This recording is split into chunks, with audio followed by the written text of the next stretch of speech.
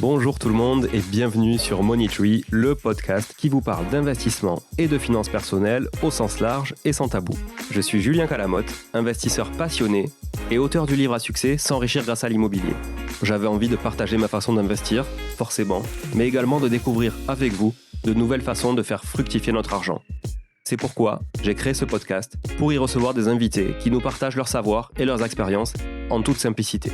J'espère sincèrement que les échanges que je vais avoir avec l'invité du jour vont permettre d'enrichir vos connaissances autant que les miennes. Je vous souhaite une excellente écoute. Salut à tous les fidèles de Money Tree et à tous ceux aussi qui écoutent Money Tree pour la première fois. Je vous retrouve aujourd'hui pour une nouvelle capsule, une capsule sur laquelle nous allons parler de la chance. Mais oui, mais quelle chance nous avons, mais il fait beau aujourd'hui, mais quelle chance, mais quelle chance j'ai aussi de vous avoir évidemment de l'autre côté du micro. Alors qu'est-ce que tout ça c'est de la chance? J'en sais rien. Est-ce que j'ai eu de la chance dans ma vie? Est-ce que vous en avez vous au quotidien? Est-ce que vous avez de la malchance? Je sais pas. Moi qui ai beaucoup joué au poker, je peux vous dire que c'est un sujet qui revenait très souvent. Le poker, mais toi t'as de la chance, mais t'as pas de chance, etc. Bah oui, le poker c'est un jeu où la chance a une part un peu importante, un tiers à peu près, 30%. Du jeu se joue par la chance, mais surtout aussi il y a des manières de l'éviter, peut-être aussi de la provoquer et surtout d'éviter la malchance, voilà, en prenant des bonnes décisions au bon moment. Et donc on va pas parler de poker aujourd'hui parce que je pense que ça n'intéresse pas tout le monde, mais en tout cas on va parler de chance relative à l'investissement et à l'immobilier. Alors je vais reprendre l'esprit de ce que je partage dans mon bouquin, à savoir que la chance n'existe pas. Oui, non, elle n'existe pas, la chance aujourd'hui. Donc voilà, qui n'a jamais parmi vous entendu quelqu'un attribuer un événement à la chance ou à la malchance? Je pense que personne n'a jamais entendu ça, tout le monde l'a déjà entendu, ça c'est certain. Au même titre que le courage, je le disais dans une précédente capsule, il n'y a pas besoin de chance pour réussir, voilà, très clairement. Et ceux qui se cachent derrière la malchance pour justifier leur manque d'ambition ou de réussite n'ont absolument rien compris et vont aller s'empâter là-dedans indéfiniment et finalement ne feront jamais rien. Et ce sont souvent d'ailleurs les mêmes qui vont mettre la réussite des autres sur le dos de la chance. Donc laissez-moi vous annoncer le scoop de l'année. La chance n'a strictement rien à voir dans tout ça. La chance, si tant est qu'elle existe, qu'elle se mérite, qu'elle se gagne, qu'elle se provoque, comme je le disais tout à l'heure, elle s'apprivoise aussi et paraît-il sourit aux audacieux. Donc de base, nous naissons tous égaux face à elle.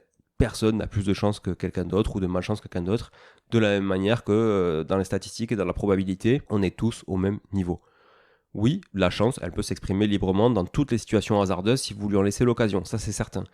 Mais en tant qu'investisseur, vous ne devez pas laisser quoi que ce soit au hasard, justement. Tous vos mouvements seront calculés dans le cadre de votre stratégie initiale. Voilà, c'est ça qu'il faut avoir en tête. Je vous en ai déjà parlé, il faut des objectifs, des horizons d'investissement. Voilà. Et vous serez de nombreuses fois confronté à des prises de décision qui détermineront votre exposition à telle ou telle opportunité et qui, vu de l'extérieur, effectivement, pourra facilement être vulgarisé par le mot chance. Mais vous savez très bien que ce n'est pas le cas. Je vais vous donner un exemple un peu personnel. Donc certains d'entre vous le savent, je l'ai dit aussi un petit peu tout à l'heure, j'ai longtemps joué au poker et ce fut vraiment une vraie passion pour moi durant des années, dans une variante la plus jouée au monde qui est le Texas No Limit Hold'em, et dans laquelle il y a un facteur chance, comme je le disais, important, estimé à environ 30%.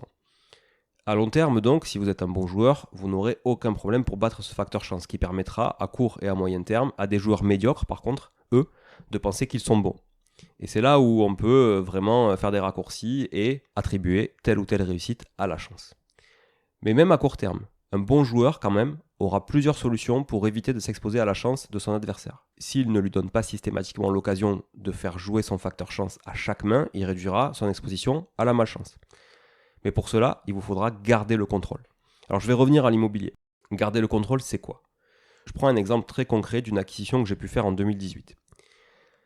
Durant l'été, j'ai signé un compromis pour un appartement, une pièce, en centre-ville de Toulouse, au prix, frais d'agence inclus, de 103 000 €.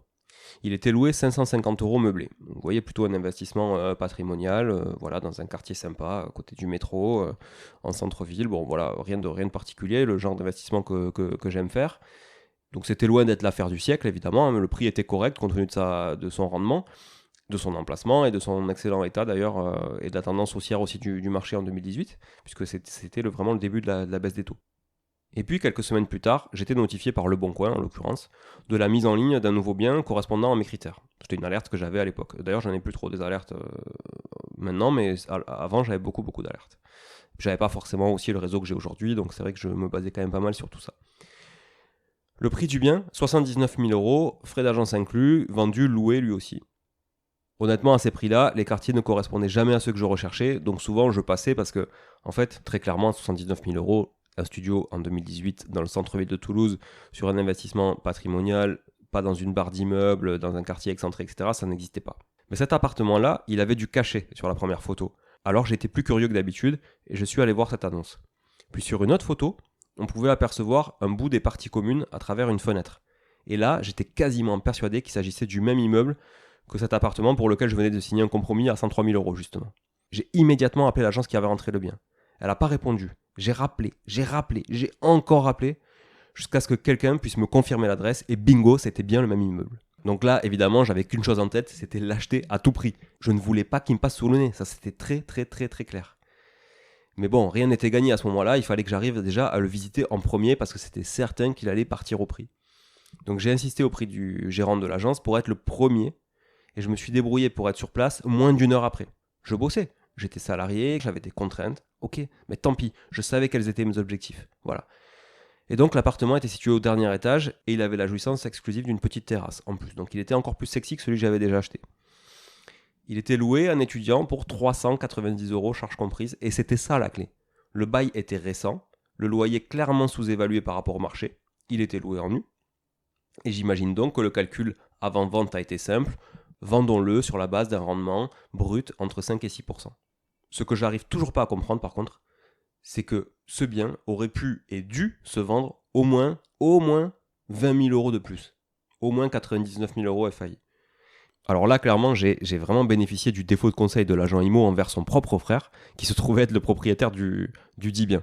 Grosse erreur d'estimation du bien, surtout pour quelqu'un de sa famille. Alors soit il aimait pas du tout son frère et il avait envie que de s'en débarrasser, mais là très clairement, je comprends même pas comment un agent IMO, gérant donc un vrai agent IMO avec une carte quoi, enfin pas un agent co, un vrai agent IMO, peut conseiller son frère de vendre ce produit-là à 79 000 € et lui faire perdre 20 000 € de manque à gagner quoi. Bon bref. À ce moment-là, moi en tout cas, je cherchais pas vraiment d'autres biens à acheter parce que je savais pas si en fait j'allais pouvoir me faire financer, sachant que je venais de m'engager sur 3 autres biens durant les semaines précédentes. Mais c'était pas un problème pour moi, c'était une opportunité que je pouvais pas laisser passer.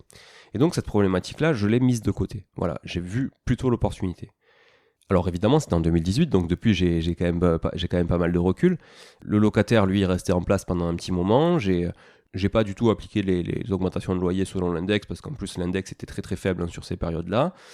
Mais en fait, ce que je savais surtout, c'est que le jour où il allait partir, mon rendement allait augmenter de plus de 40%. Même s'il restait 2 ans, j'aurais déjà amorti plus de 7 000 € de capital grâce à lui, quoi qu'il en soit. Donc pendant ce temps, d'autres sont toujours en train de réfléchir à savoir s'il fallait l'acheter, pas l'acheter, est-ce que j'allais pouvoir me faire financer, gna gna gna, et puis oui mais j'ai pas le temps de venir visiter, mais est-ce que vous pouvez me le garder, etc. Non mais en fait l'agent souvent il va juste privilégier ses intérêts, surtout s'il vous connaît ni d'Ève ni d'Adam. Voilà, lui ce qu'il va vouloir c'est juste vendre le bien rapidement pour que son frère puisse récupérer les sous rapidement aussi quoi. Donc de la chance me dira-t-on. Alors je vous le dis très clairement, si ce genre d'affaire pouvait se résumer à un seul mot qui est chance, il me semble que le processus aurait été bien plus simple et qu'il aurait été à la portée de tous, surtout, de tout le monde, et peu importe l'effort consenti. Or, il me semble que le paramétrage des alertes sur le mobile, le ciblage des critères de recherche, l'hyperconnexion pour être vraiment hyper réactif sur les alertes, l'abnégation face à l'agence difficile à joindre, l'adaptation des contraintes personnelles et professionnelles pour visiter en moins d'1 heure, l'acceptation du rendement actuel dégradé. Ça aussi, ça bloque beaucoup d'investisseurs souvent. Ah oui, mais le rendement, il est pourri, donc je peux pas acheter. Mais en fait, ça, c'est un raisonnement très court-termiste. La capacité à faire une offre d'achat sur place en moins de 5 minutes. Et donc une prise de décision très rapide. Une prise aussi de risque quant à l'inconnu du financement. Voilà, plein de facteurs en fait qui ont été déterminants dans la conclusion de cette affaire et qui n'ont absolument rien à voir avec la chance. Pourtant, j'ai déjà entendu dire ouais, mais attends, acheter un studio à cet endroit-là, à 79 000 € en 2018, c'est de la chance. Non, c'est pas de la chance. C'est juste un process. Un process, des sacrifices, de la réactivité, plein de choses mises bout à bout qui n'ont rien à voir avec la chance. Donc pour terminer sur cette histoire, depuis, donc le locataire est parti, évidemment. Donc le rendement aujourd'hui est beaucoup plus important puisque je le loue 550 € et non plus 390 € comme c'était le cas avec le locataire. D'ailleurs, je me suis fait plaisir, j'ai refait la salle de bain parce que j'avais envie de le pimper un peu. Et entre-temps aussi, j'ai revendu le premier que j'avais acheté à 103 000 €. Je l'ai revendu 123 000 € quelques mois après. Pourquoi ? Pour arbitrer. Parce que finalement, celui-là, il pesait un petit peu plus dans le patrimoine, alors que le second, lui, était avait un rendement beaucoup plus important. Et en plus, on avait une problématique d'évacuation des fumées du restaurant en dessous. Et donc, comme celui-là était au premier étage, c'est vrai que le choix était facile à faire. Mais donc, qu'est-ce que ça signifie ? Ça signifie que finalement, la plus-value latente sur le second est d'ores et déjà de 44 000 €, soit plus de 55%. Et vous savez quoi, les amis ? La chance n'a absolument rien à voir là-dedans. À méditer. Bon, si vous êtes là, c'est que vous avez écouté jusqu'au bout et a priori, l'épisode vous a plu. Si c'est bien le cas, n'hésitez pas à le partager autour de vous. Notez ce podcast sur Apple Podcast et Spotify en laissant un commentaire 5 étoiles. Je ne vous le répéterai jamais assez, mais c'est grâce à vous que ce podcast vit aujourd'hui et peut continuer de vivre en vous proposant un contenu toujours plus qualitatif. Merci encore, je vous retrouve très vite sur un nouvel épisode de Money Tree. En attendant, je vous souhaite la meilleure des réussites dans vos projets et un bon enrichissement. À très bientôt.